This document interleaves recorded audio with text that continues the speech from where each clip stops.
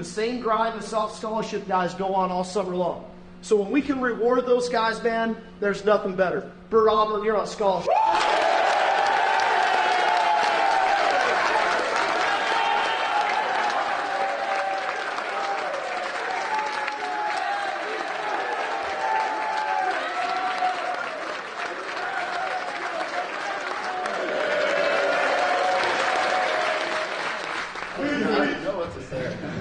Love all you guys. You guys are all like a family to me. Couldn't be more excited to get to work this summer with y'all. Okay.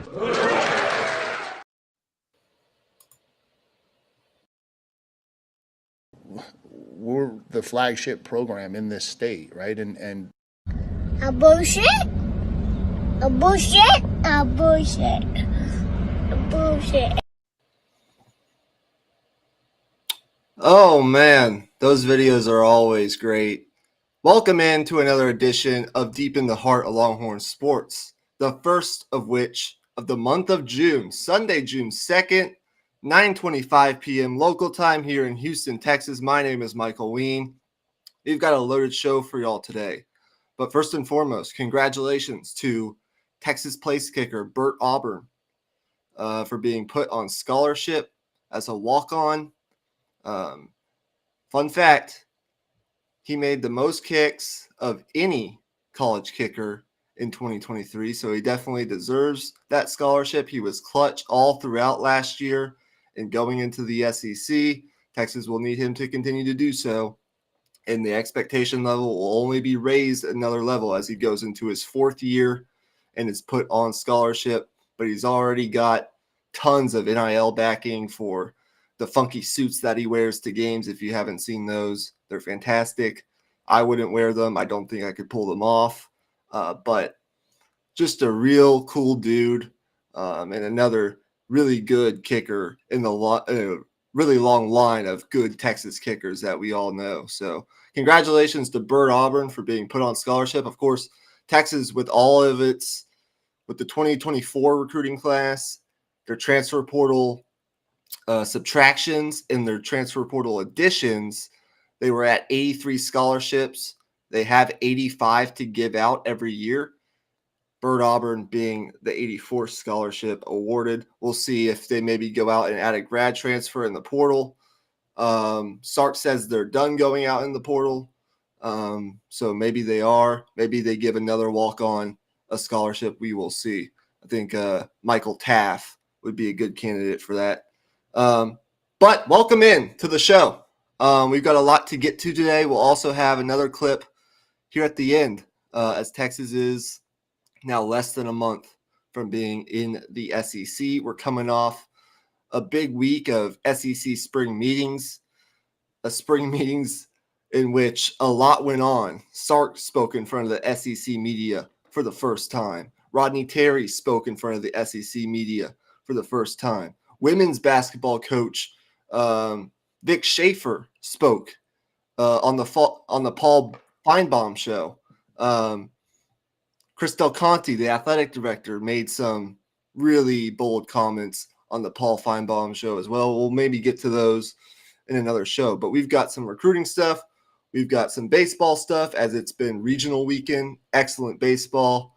And we've got more coming tomorrow for sure as we wrap up the regionals of the college baseball tournament. And then I'm hoping we can finally get to our Texas football transfer portal grades. So with all that being said, Mr. Emmy Nixon, what's up? How are you? How has been your weekend?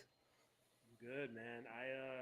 I'm waiting patiently for the NBA finals to start, but until then, we've got a lot going on. We've got college baseball, as you mentioned. Obviously, that did end, but there's a lot. There's a lot still going on. I mean, I took a peek at the hockey game last night too, just to see what that was all about. That was cool, I guess. But I'm excited to get into this. Yeah, absolutely. So I think we'll start with. Do you want to start with Texas baseball in the regionals, or do you want to start with the latest news in recruiting? Let's start with baseball. Okay. I think it's the, hot thing right now, like middle of, the baseball tournament.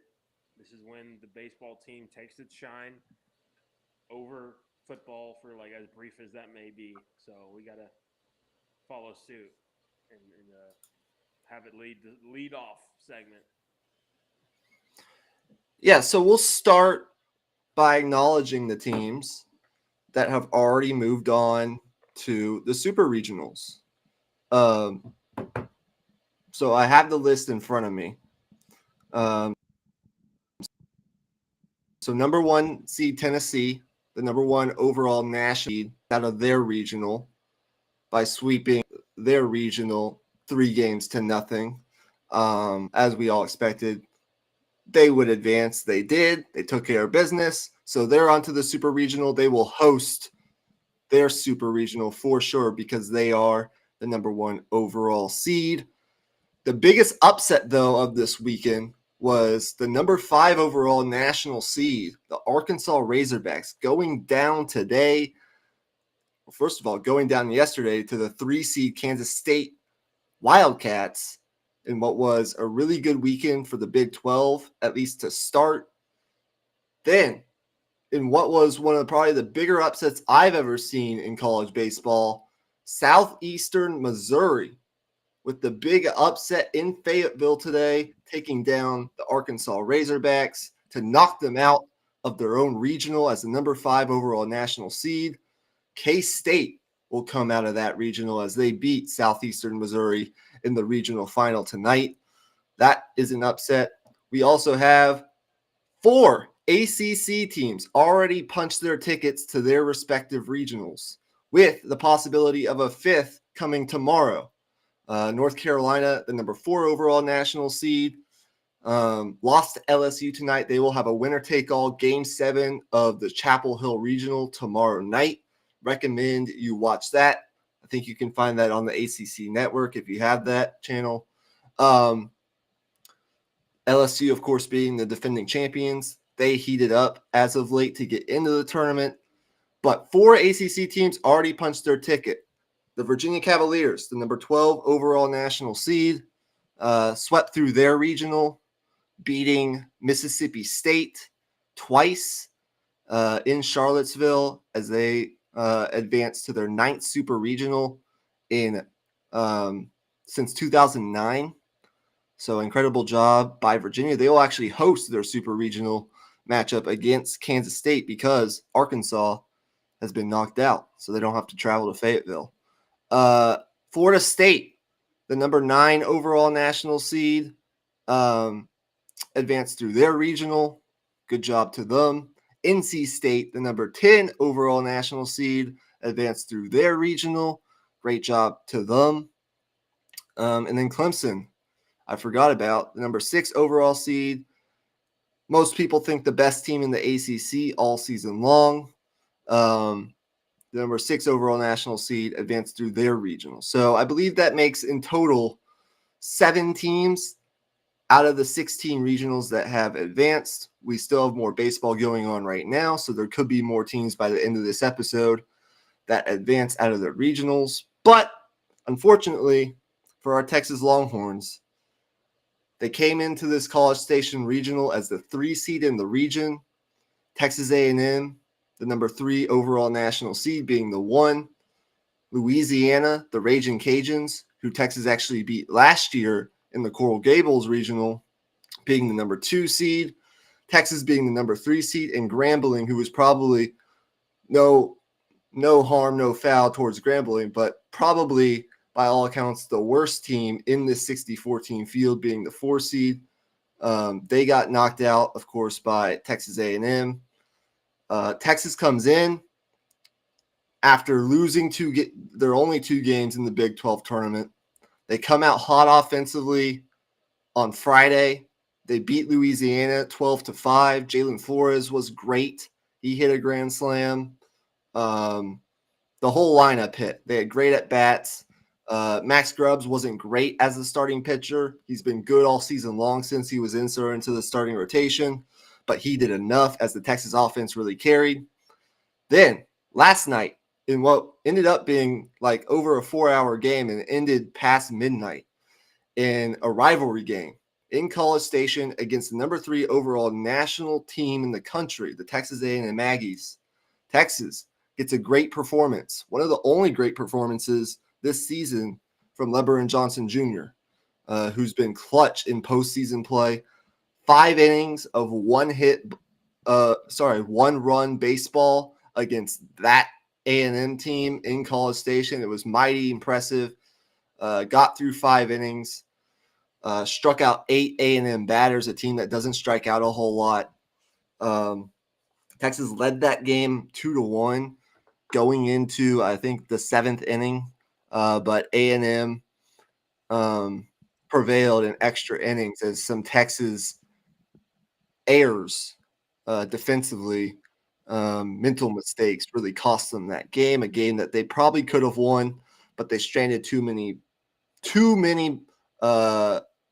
runners on base. That was a problem yesterday and today. And then today, after a long game last night with Ace Whitehead on the mound, who actually pitched great, again, 6.2 innings of 2-run ball. The bullpen couldn't get the job done, and the Raging Cajuns kind of beat down the Longhorns to eliminate them from this super regional and to end their season.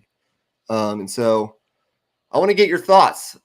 First of all, did you watch any? Were you able to watch any of last night's game on ESPN?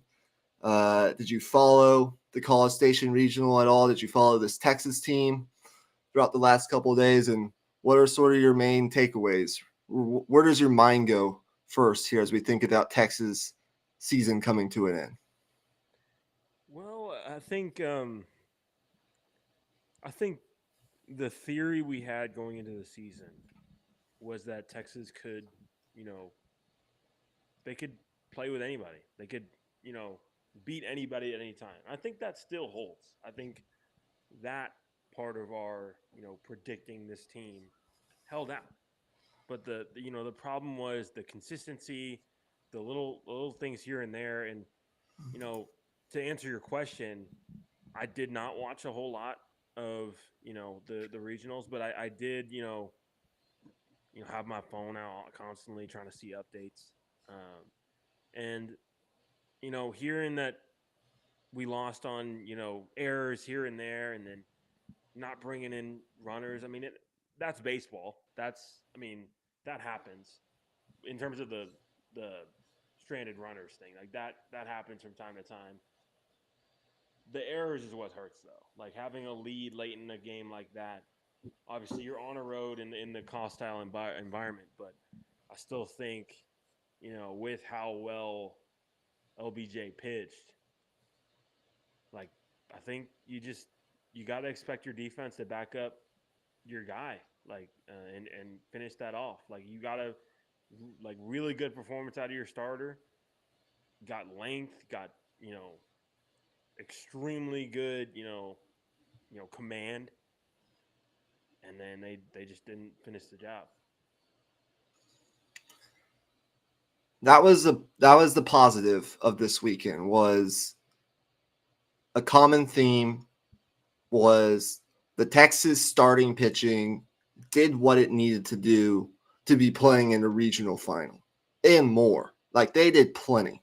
You think about the performance from Max Grubbs, even on Friday, in a game in which Texas really put the pedal to the metal offensively from the top of the lineup down, just relentless to really make that game easier on the pitching, to allow Max Grubbs to maybe go further than he may have otherwise gone if the game was closer. Just throwing strikes, rolling ground balls. It all started with him. Gave Texas the ability to rest their real needed reliable bullpen arms for the big test last night against A&M. It comes down to, really a couple mistakes. Peyton Powell, and Jalen Flores being the culprits. You hate to blame those guys. It happens. It's baseball, as you mentioned. Some throwing errors by some error throws, I should say, not throwing errors by Jalen Flores in high pressure situations.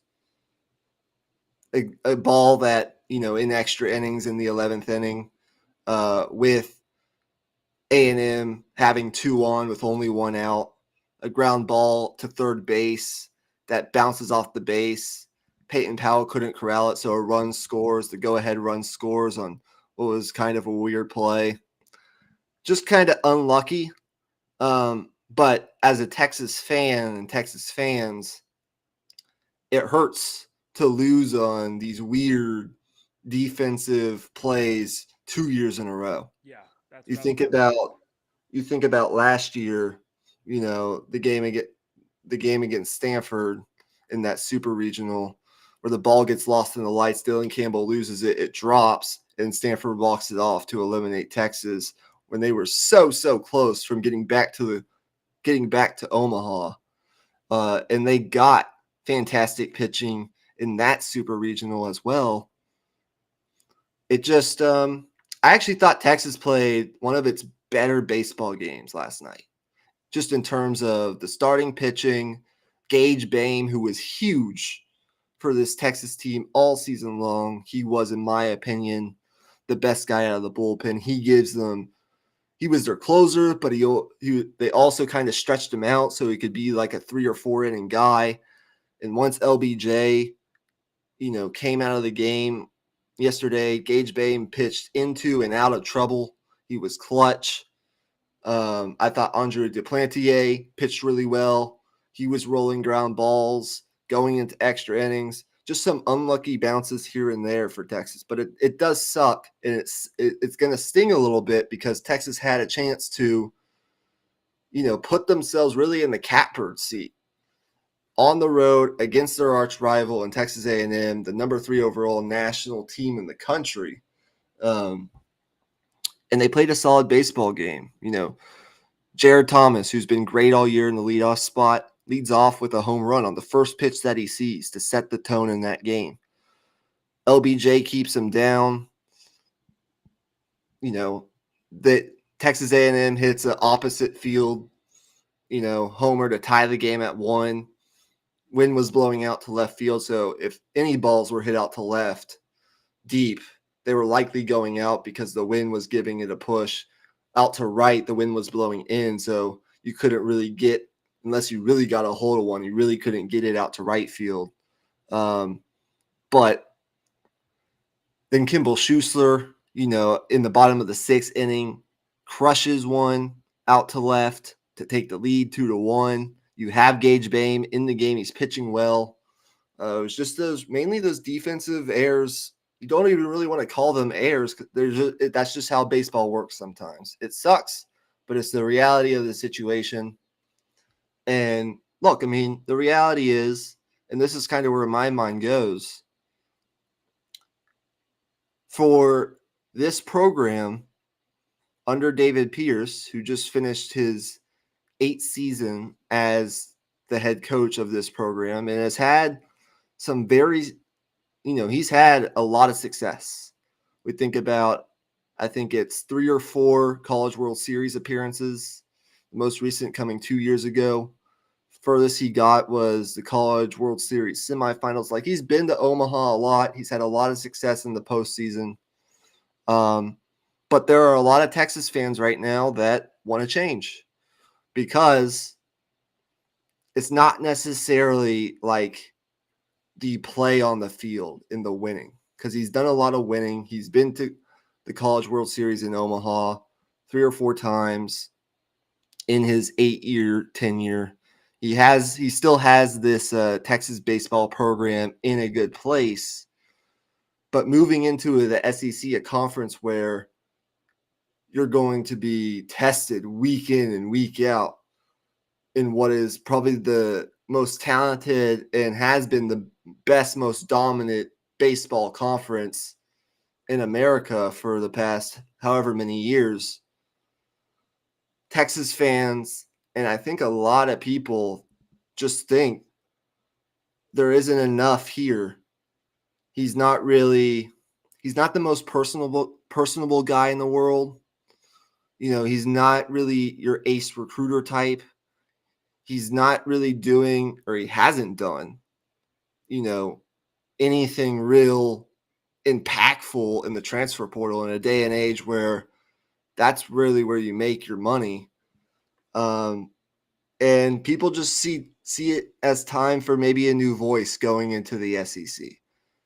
Here's my take on it, and then I'll let you make whatever rebuttals or counterpoints you want to make. I say, and this is probably a pretty obvious take, but this is really what it comes down to, in my opinion. If you can find a definite upgrade, a guy who is an ace recruiter that can maybe get the donors to open up their pocketbooks a little bit and donate more to the baseball side of things from an NIL standpoint.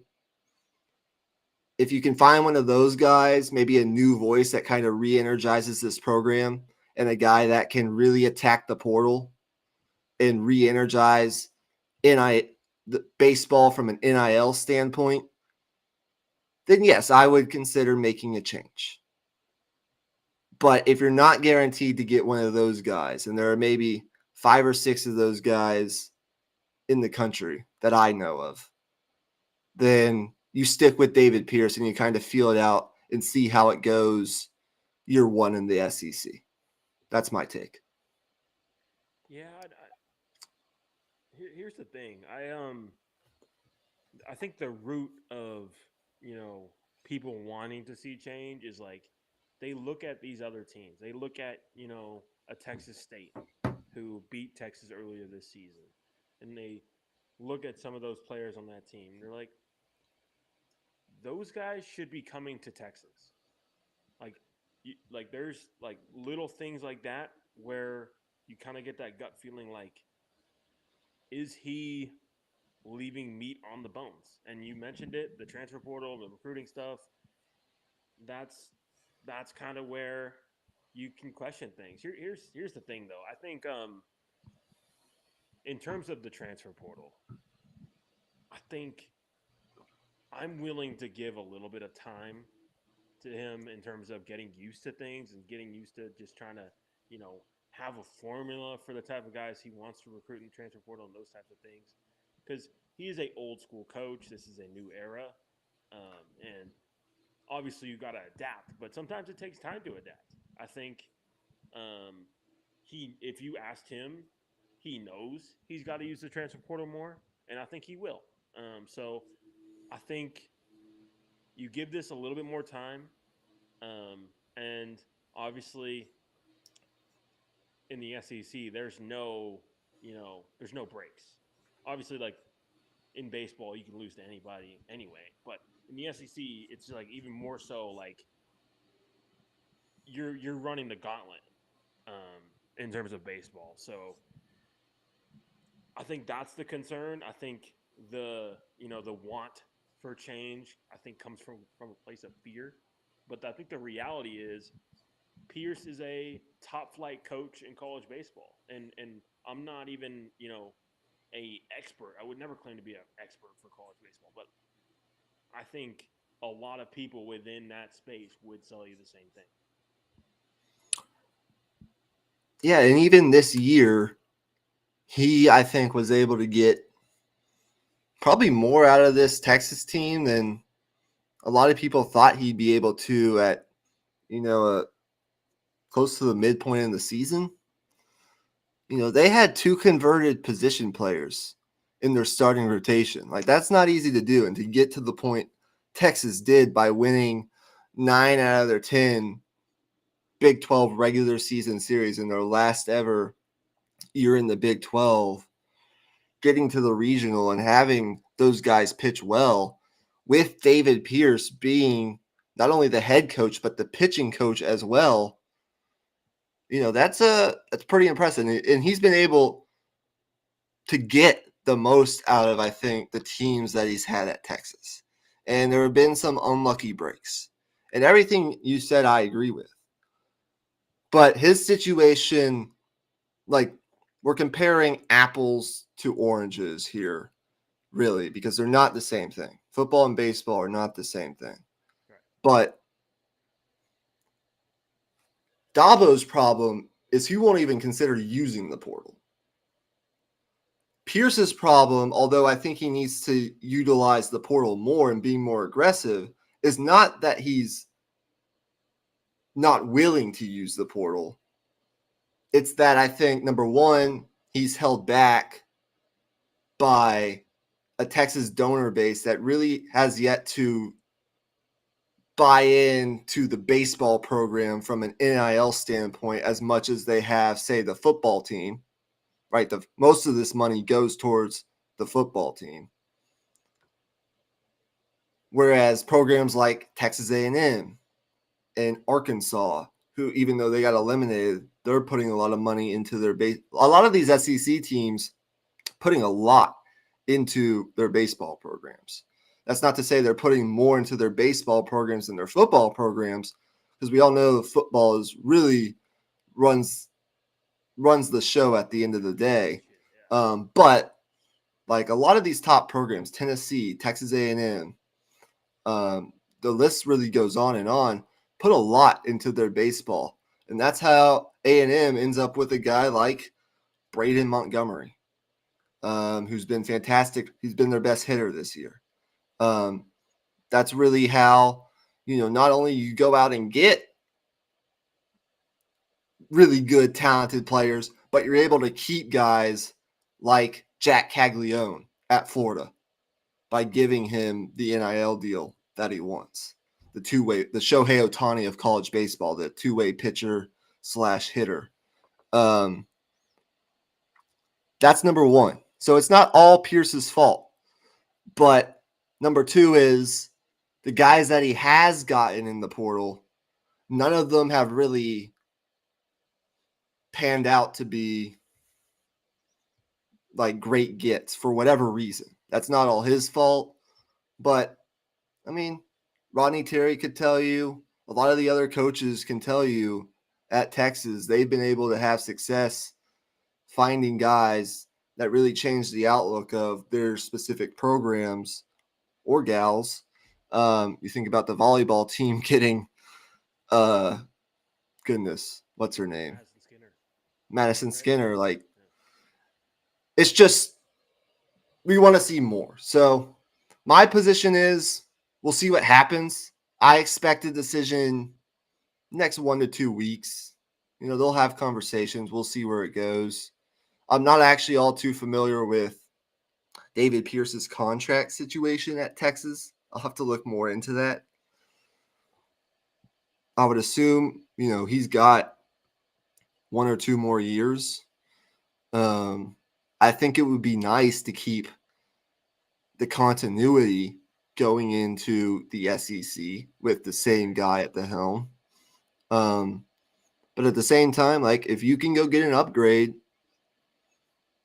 you're Texas baseball. You are maybe the blue blood program in all of college baseball.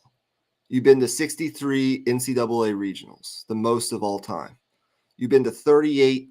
You've been to Omaha 38 times, the most of all time. You've won 6 national championships.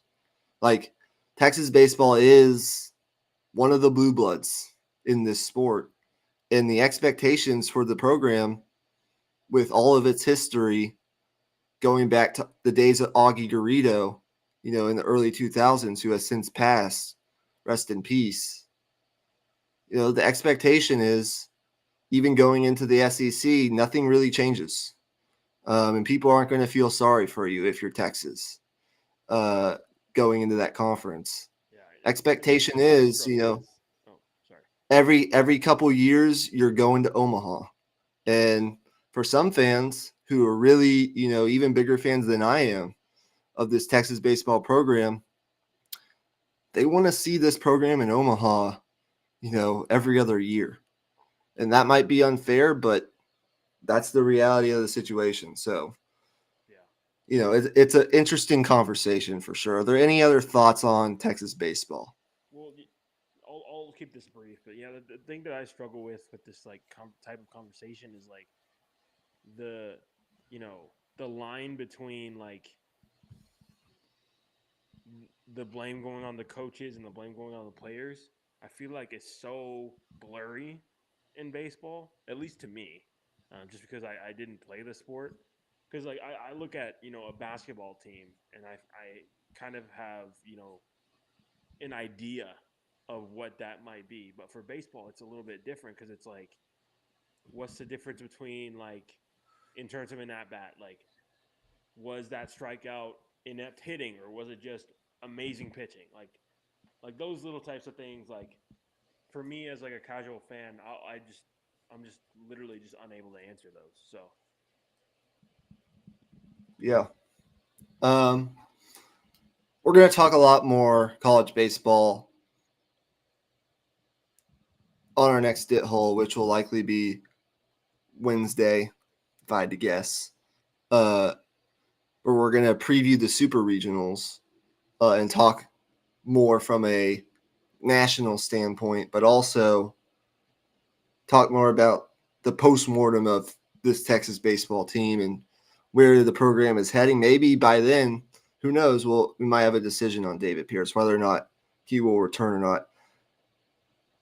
These conversations, with the Texas athletics program under Chris Del Conte tend to take place pretty swiftly and pretty quickly. When Texas got rid of Tom Herman, like within a couple of days, they had their guy lined up. So if he already has his mindset on making a change, Chris Del Conte isn't a guy who makes a change without someone already like ready, who's already said yes to the job. Like he gets his guy and then he makes the move. And that's been really the case with all sports. The basketball situation, to be fair, was a unique situation. Like they didn't think that whole thing was going to go down with Chris Beard. And then it just ended up that in the middle of the season, they found that Rodney Terry was going to be the next coach. But pretty much in every other sport, when he makes a change, he knows who his next guy is going to be. So if he already has his mind made up that Texas is going to go a different direction, then we'll probably hear news pretty quick. But the longer I think this goes, the more likely I think that Pierce will return for at least another year. And we can have conversations, here in the next couple of weeks about what is it that Pierce needs to do, both this offseason and next year in year one in the SEC to keep his job. Because whether or not he goes or not, the seat is heating up a little bit. And I think a lot of Texas baseball fans agree with that. So that's the Texas baseball conversation. Look, it's disappointing. I love to keep playing. Love watching Texas baseball. I love the fact that it's not going to be on Longhorn Network anymore. Their games are going to be more nationally televised now on the SEC Network and others. Highly recommend you get ESPN Plus as the college baseball game is growing as a whole. A lot of these super regional and regional games have been on there. But you also have Squeeze Play, on ESPN2, which shows multiple games at once. A couple games have been on ESPN, ESPNU, all the ESPN networks. You can find these games. So before we move on, we've had a couple more teams punch their tickets to the super regionals, 2 SEC teams in particular. The number 2 overall seed Kentucky Wildcats have swept the Lexington regional, and they advanced to the supers. And the number 8 seed Georgia Bulldogs, I think they're the number 7 seed actually. They have swept their regional, the Athens regional, and they advance to the supers. So there you go. We'll talk more about the super regionals Tuesday or Wednesday, whenever we do our next Dit Hole. Recruiting. It's June, ladies and gentlemen, and that means it's official visit season. But that's not what we're going to talk about tonight. we're actually going to talk about some recruiting news that came down in the wake of the middle of last week with James Simon, the running back out of Shreveport, Louisiana, a top 10 prospect in the state of Louisiana, committing to Texas last Wednesday. And we're going to talk about some running back recruiting as a whole, as Tashard Choice already has his 25 class at the running back position, James Simon and Ricky Stewart, as those two guys are committed. And as long as they remain committed, that will be the running back class for this year. And as we know, once Tashard Choice knows who he wants, more oftentimes than not, he gets who he wants because he's just that good. We'll talk more about who's going to be on campus for the first weekend of official visits this weekend in our midweek episode. But I want to get into James Simon and running back recruiting here for a little bit. So James Simon, you know a little bit about him, but he's going to pair with Ricky Stewart in this recruiting class. He's a mid 4-star running back, 5'11", about 190 pounds. He chose the Longhorns over a lot of other, big-time programs. Notre Dame was in on his recruitment. They were a finalist. Alabama was in on his recruitment as this, a top 8 prospect in the state of Louisiana. And LSU, the in-state school, was in on his recruitment, but they had already had Harlem Berry, the number 1 running back in this entire recruiting class for 2025, committed. So that really changed the dynamics of this situation. And once Jordan Davison kind of ruled Texas out from his recruitment, as we all expect him to go to Ohio State eventually, the writing was kind of on the wall. He took a visit for the spring game, and, he said when he committed, he kind of made up his mind at the spring game. I mean, he kind of been silently committed to the Longhorns since the spring game. And the news goes public last Wednesday that he commits. And he's the second running back in this class and likely the last running back that Texas will take in this 2025 cycle. In the On3 industry ranking, he's the number 9 running back in the country, the number 4 overall player in the state of Louisiana. All 4 services have this guy ranked as a top 10 prospect in the state of Louisiana. And since Sark has been, the head coach at Texas, we've seen Texas venture to get some of the best players in that state. The two you normally think of being Derek Williams, the safety, the sophomore safety on this upcoming year's team, and Arch Manning, the number 1 quarterback in that 2023 recruiting class.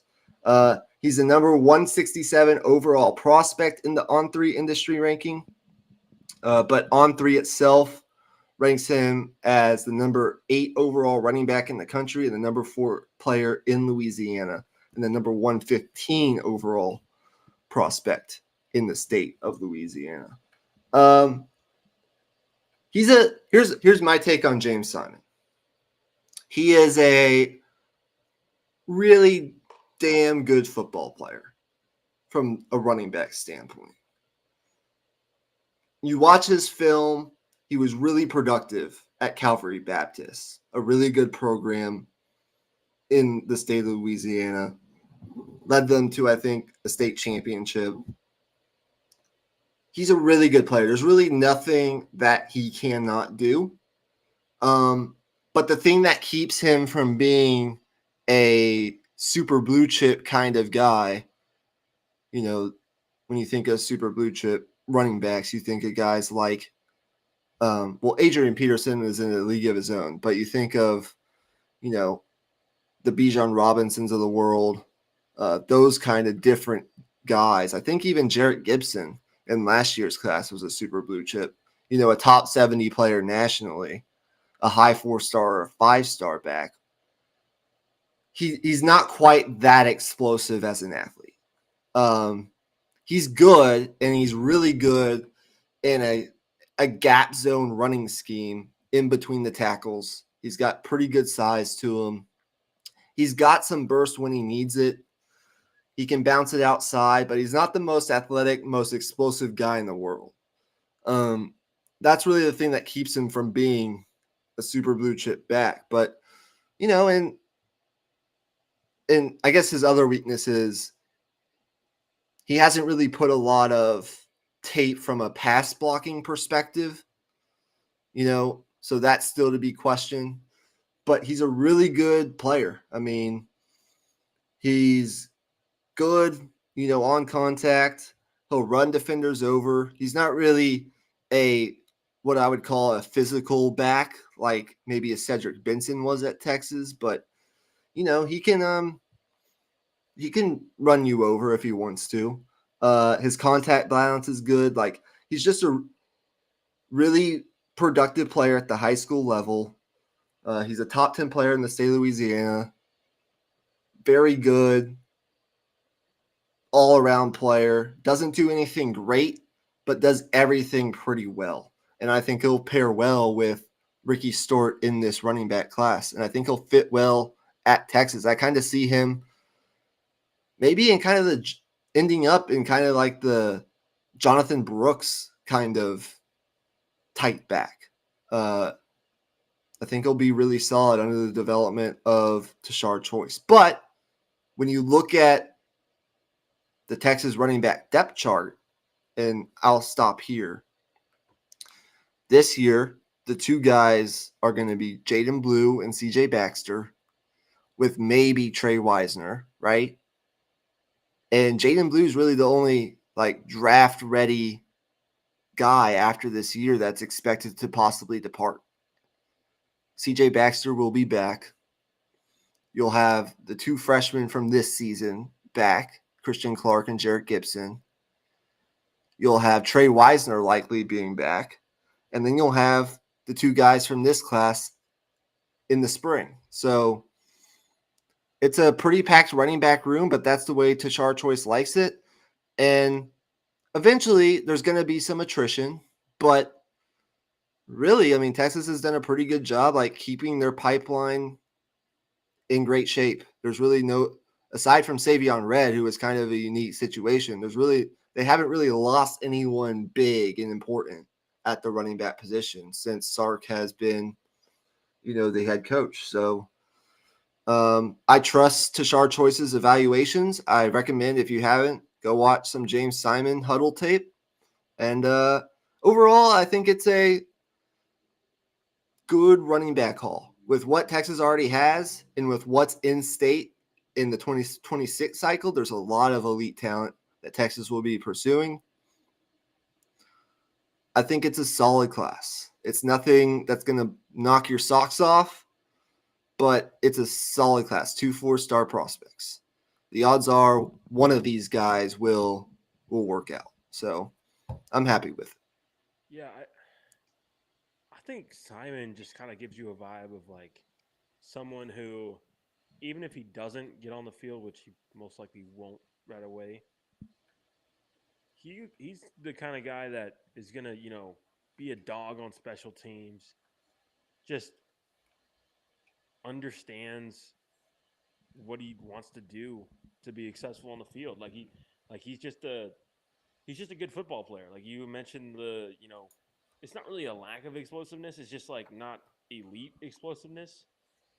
But, he played against good competition in Louisiana. That's a really, fertile hotbed for recruiting. And, he was able to, be extremely productive. You mentioned his running in between the tackles. I think the thing that impressed me was just he has a knack for just, really setting up blockers. And I feel like that's pretty rare at the high school stage of things.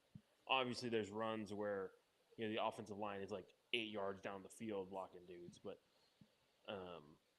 even then, there's going to be moments where you got dudes in front of you, and being able to set up blockers, that's not something young running backs, typically have at the level that he does. So I was impressed with him, his tape. So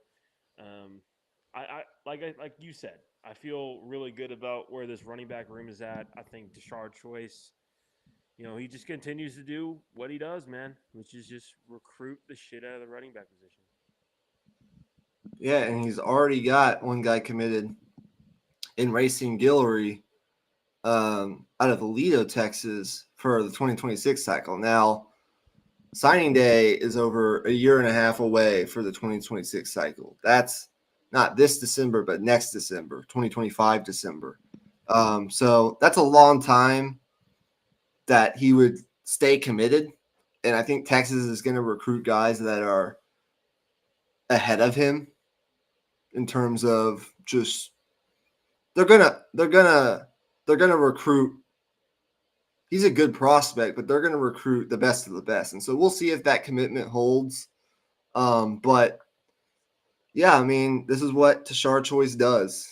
He continues to keep the pipeline going, and he's one of the more valuable assets I think that this Texas football program has, because he just doesn't he's not only a running backs coach and a recruiter of running backs. He's in on all of these other big recruitments. He's really kind of an ace recruiter when it comes down to it, building relationships, and helping Texas to close the deal on a lot of these super blue chip guys. Even though he's done with his position and he'll continue to recruit these guys to make sure they stay committed, he's going to go help, maybe a Johnny Nansen close the deal on Riley Pettijohn, who's a top 3 linebacker in the country this year and might end up a 5-star when it's all said and done. And his decision might come down the pipe here pretty soon. We'll see. He's going to go help even Chris Jackson with some of these big receivers. He's just an ace recruiter. There are people who believe eventually he's going to get, for as well respected as he is from a development standpoint, a recruiting standpoint, and just a football mind and relationship builder. I think Sark would tell you this. I think a lot of the other coaches on staff would tell you this. They think eventually he's going to get a chance to go be an offensive coordinator somewhere, like he probably deserves to be. He's going to get a chance to go maybe someday be a head coach somewhere, which I think he deserves to be. But at the same time, Texas is going to do whatever it can to keep Tashard Choice in the program, because just as an asset overall, he's one of the more valuable assets that's on this staff. It's really the ace recruiters on this staff, in my mind, are Jeff Banks, Steve Sarkisian, and Tashard Choice. That's really it for me. Pete Kwiatkowski's our D-line guy. Last year as well. Pete Kwiatkowski's done a very good job in helping to close some key defensive recruitments. The defensive coordinator for Texas, he was actually a big part. Not a lot of people know this, of closing the Colin Simmons deal, and a couple other big time recruitments. He played a key part in flipping Filsaime. But I mean, that's really, it's an area in which the entire Texas staff has exceeded expectations, in my opinion, is recruiting. And that's not only in the high school ranks. They've done a really good job in the transfer portal too. So with, us being 50 minutes in, we're going to wrap this thing up. It's 10:15, so we can potentially get to our NBA episode. I just want more time to be able to talk about and dive deeper into the Texas transfer portal class. So we'll do that next time. But before we even do that, I wanted to wrap it up with a clip that was put out last year by the Texas Longhorns account when it was announced officially that, or whenever it was announced officially that Texas would be moving to the SEC. We all know that news.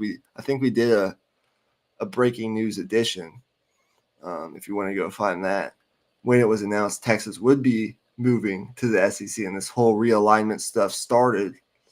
But just to commemorate it being less than a month away, I thought it would be fun to just wrap it up with this. So before we do that, I mean, do you have, it can be recruiting, it can be from a baseball standpoint, it can be from a football standpoint as a whole. It can even be a shout out to the Texas women's softball team who has dominated so far at the Women's College World Series. Do you have any Texas related parting shots? I definitely got to shout out the softball team. To take down Stanford like that, the way they did, really, really impressive. I peeked at that game a little bit just before Game 5 of the Timberwolves, Mavs Game 5. So, man, I think when you think about like the women's sports at UT, like I don't know how you would rank this, but UT's got to be somewhere at the top in terms of like cumulative like. That's actually the exact thought I was having yesterday. Women's sports at Texas are phenomenal. They're great. They're phenomenal. They're past the point of just being good. We all know about what the volleyball team has accomplished, right? We even talked about that during volleyball season. We know what Vic Schaefer has accomplished in his time at Texas. Has really yet to make the final leap to the Final Four, but we know that he has this program in a great place. They're going to be a top 5 national team this upcoming season with some of the work they've done in the portal and with Rory Harmon coming back to pair with Madison Booker, who had a sensational freshman season. 3 Elite 8 appearances. I mean, that's not easy to do. And then, this softball team 2 years in a row has been really good. They're the number 1 overall team in the country. And not just to beat Stanford 4-0 in, the first game on Thursday, but then to come out yesterday and just wallop the number 4 seed Florida 10-0, a run rule in the College World Series in 5 innings. My goodness. It feels like Texas really remembered who they are after kind of getting a scare in the Super Regional against Texas A&M. The pitching's been fantastic. They're hitting. They're having great at-bats. It's been all around really good softball. And my expectation is that, they'll play tomorrow against, I think it's the winner of the losers bracket game between UCLA and Stanford. So they could play Stanford again. They could play UCLA. And they're in a position now where they're really in a catbird seat because one of those 2 teams, whoever won that game, I'm not really sure if that's been decided yet, will have to beat Texas twice in order to get to the championship series, whereas Texas will only have to win 1 game. So they've got 2 games really to win 1.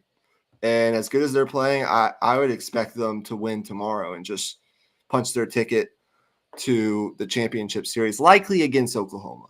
I mean, that's really been the collision course that we've been on here for a while now. So good things from a women's athletic standpoint. Really, the 2 programs kind of lagging behind, not because they're bad or anything, but the 2 programs that are kind of lagging behind right now, just from a success standpoint, I don't even want to really include, these 2 programs because it's not that they've been bad, but it's really, Texas men's basketball and Texas baseball. But even then, like, the Texas baseball team was in the College World Series as recently as 2 years ago. they were this close from going back last year. They were in the super regional. They got probably the most they could out of this team when it's all said and done. They're still a successful program, and Texas men's basketball has won tournament games 2 years in a row, something you can't really, find a whole lot of in the recent history of Texas basketball. So, 4 tournament wins in the past 2 years. Like, all the sports really are in a really good position. So I kind of second your parting shot. But let's wrap things up with this clip. And we'll see you guys middle of the week. I don't know what day exactly yet, but middle of the week for another episode of Deep in the Heart of Longhorn Sports. So thank you guys for tuning in. Enjoy your week. And here we go. Let me share my screen real fast. All right. This is to commemorate the move to the SEC. Maybe this will get you fired up. Maybe not, but just enjoy it.